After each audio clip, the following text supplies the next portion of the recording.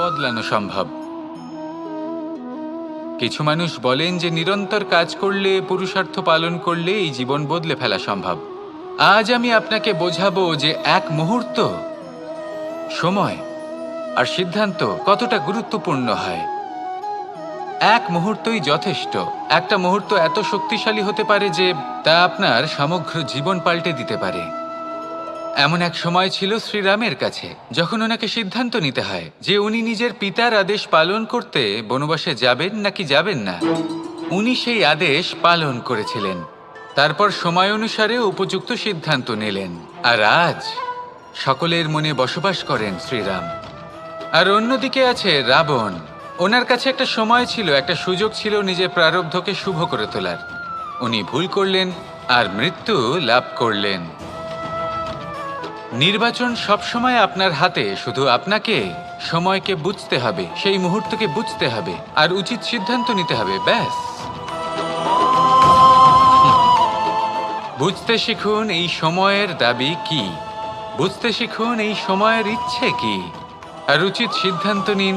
আর আমার সাথে ভালোবেসে বলুন, রাধা রাধা। জ্ঞান এবং অহংকার, এই দুইয়ের মধ্যে সম্পর্ক কোথায়? সম্পর্ক ঠিক সেরকম যেরকম হাত এবং কাকনের, যেমন চোখ এবং দৃষ্টির সম্পর্ক। এবার আপনি বলবেন, এ আমি কি বলছি? জ্ঞান এবং অহংকারের এমন সম্পর্ক কি করে হতে পারে? দেখুন, যে ব্যক্তি জ্ঞানী, যার কাছে জ্ঞান রয়েছে এবং তিনি জানেন যে তার কাছে জ্ঞান রয়েছে, তার মধ্যে নিজে থেকেই অহংবোধ জাগ্রত হয়। খুব কম সংখ্যক এমন জ্ঞানী ব্যক্তি আছেন যারা নিজেদের অহংকারের বিষয়ে আঁচ করতে পারেন। প্রকৃত জ্ঞানী হলেন তিনি, যিনি নিজের জ্ঞানের সদ্ব্যবহার করে অহংকারকে দূর করেন। উচিত সময়ে বুঝে যান, নিজের অন্তর যাচাই করে এই বিষয়টা দেখেন যে তার অন্তরে অহংবোধ জাগ্রত হচ্ছে এবং নিজেকে সেখানেই থামিয়ে দেন, যাতে অহংকারের পথে তিনি অগ্রসর না হয়ে যান। এই অহংকার কখন উচিত, কখন অনুচিত, কখন প্রয়োগ করা উচিত, উচিত নয়, কখন বাধা দেওয়া উচিত, এটা শেখা অত্যন্ত প্রয়োজনীয়। আর যদি এটা আপনি শিখতে পারেন, তাহলে আপনি একজন জ্ঞানীও হয়ে উঠবেন এবং সুখীও থাকবেন। তাই মনে রাখবেন, এই জ্ঞান নিয়ে কখনোই অহংকার করবেন না, বরং সবসময় নিজের অহংবোধের বিষয়ে প্রকৃত ধারণা রাখবেন। আসুন আমার সাথে ভালোবেসে বলুন, রাধা রাধা। আমাদের জীবনে 7 ধরনের সুখ আছে, আর সেগুলো লাভ করার জন্য আমরা অত্যন্ত প্রচেষ্টা করি। কিন্তু কোনো প্রচেষ্টা করার পূর্বে তা কিভাবে করব সেটা বোঝা খুব প্রয়োজন, আর সেখানেই আমরা ভুল করে থাকি। যে কাজটা আমাদের পরে করা উচিত, সেটাই আমরা আগে করে বসি। আপনাকে স্পষ্ট করে বোঝাই, প্রত্যেক সুখের সাথে 2টি ক্রিয়া জড়িত থাকে। এবার যখন আমরা ধনের কথা বলি, তখনও 2টি ক্রিয়া জুড়ে থাকে। প্রথম ক্রিয়া হলো ধন অর্জন করা, দ্বিতীয় ক্রিয়া হলো ধনের ব্যবহার করা। আর জীবনে ধনের ব্যবহার করার পূর্বে ধন কিভাবে অর্জন করতে হয় তা শেখা অত্যন্ত প্রয়োজনীয়। আমরা মন্দিরে যাই, ভগবানের আরাধনা করি, তার জন্য পুজো করি, ওনাকে প্রসন্ন করতে চাই, কিন্তু তার আগে ভগবানের ওপর আস্থা রাখা প্রয়োজনীয়। যদি আপনার অটল বিশ্বাস থাকে, তবেই আপনি প্রকৃত ভক্ত হয়ে উঠতে পারবেন। এবার যদি আপনি বক্তা হয়ে থাকেন, শ্রেষ্ঠ বক্তা হতে চান, এই সংসারের সামনে নিজের বক্তব্য রাখতে চান, তাহলে কথা বলার পূর্বে কথা শুনতে শিখুন। তবেই আপনি একজন শ্রেষ্ঠ বক্তা হয়ে উঠতে পারবেন। জীবনে সম্পর্ক স্থাপন করার আগে সম্পর্ক বজায় রাখতে শিখুন, তবেই আপনি একজন প্রকৃত সাথী হয়ে উঠবেন। জীবনে পরাজয় মানার পূর্বে বিজয়ী হওয়ার চেষ্টা কিভাবে করতে হয় সেটা শিখুন, তবেই আপনি একজন নিপুণ ব্যক্তি হয়ে উঠবেন। অন্তিম এবং সবথেকে গুরুত্বপূর্ণ কথা, জীবনে ভালোবাসা লাভ করার পূর্বে ভালোবাসা প্রদান করতে শিখুন, তবেই আপনি একজন প্রকৃত প্রেমী হয়ে উঠবেন। আসুন আমার সাথে ভালোবেসে বলুন, রাধা রাধা। এই সংসারের সবথেকে বড় যুদ্ধ কোনটা? দেব-অসুরের যুদ্ধ, যা অনেক বছর ধরে চলেছিল, নাকি রাম রাবণের যুদ্ধ? নাকি মহাভারত?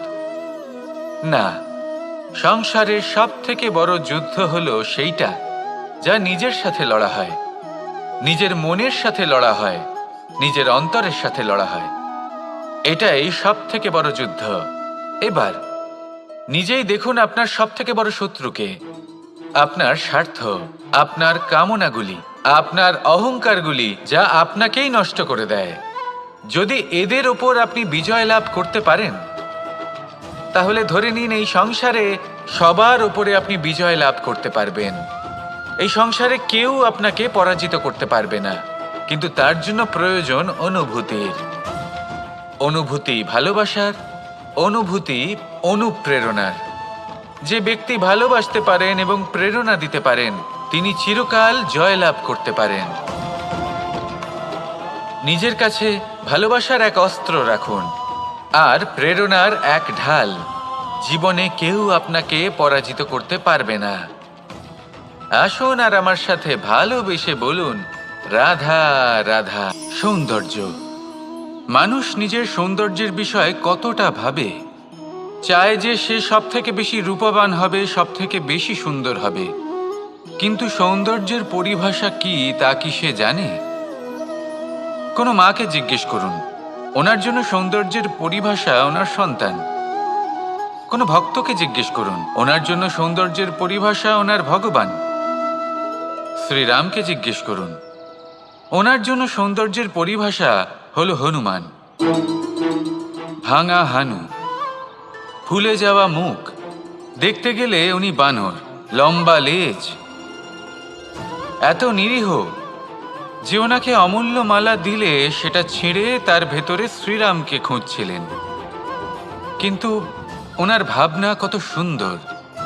উনি এটা বিশ্বাস করেন যে সংসারের যতই মূল্যবান জিনিস দিয়ে এই মালা তৈরি করা হোক না কেন, যদি এর মধ্যে শ্রীরাম না থাকেন তাহলে এর মধ্যে কোনো অর্থ নেই। সৌন্দর্য রূপে নয়, ভাবনায় নিহিত থাকে। যদি আপনি সৌন্দর্য প্রাপ্ত করতে চান তাহলে তা কর্মে নিয়ে আসুন, ভাবনায় এবং বিচারে নিয়ে আসুন। এই সৌন্দর্য আপনার সাথেই থাকবে। যদি আপনি সৌন্দর্যকে রূপের মধ্যে খোঁজেন তাহলে কিছুক্ষণের জন্য পাবেন, সেই সৌন্দর্য সময়ের সাথে হারিয়ে যাবে। সৌন্দর্য যদি পেতে চান, খুঁজতেই চান, তাহলে হৃদয় খুঁজুন, কর্মে খুঁজুন। মন প্রসন্ন হয়ে বলবে, রাধা রাধা। এই সংসারে মানুষ জন্মগ্রহণ করেন, বড় হতে থাকেন, পুরুষার্থ লাভ করেন, অর্জন করেন। অর্জন করা আসলে কি? বেশিরভাগ মানুষ বলেন অর্জন করা অর্থাৎ ধন সম্পত্তি অর্জন করা। আর কি অর্জন করা যায়? আর কি লাভ করা যায়? আসল প্রশ্ন হলো এটাই যে কি এমন আছে যা বাস্তব রূপে অর্জন করার যোগ্য। তা হলো ব্যবহার, জ্ঞান এবং সন্তোষ। কেন? কারণ আপনি যখন এই সংসার ছেড়ে চলে যাবেন তখন আপনার ধন সম্পত্তি আপনাকে বিদায় জানাতে আসবে না। আপনাকে বিদায় জানাতে আসবে আপনার আপনজন, যাদের সাথে আপনার সুসম্পর্ক ছিল। সমগ্র সংসারে সহস্র মানুষ ধন অর্জন করে থাকেন। শ্রেষ্ঠ মানুষ হলেন তিনি যিনি ব্যবহার, জ্ঞান এবং সন্তোষ অর্জন করে থাকেন, একে সকলের মধ্যে বিতরণ করেন।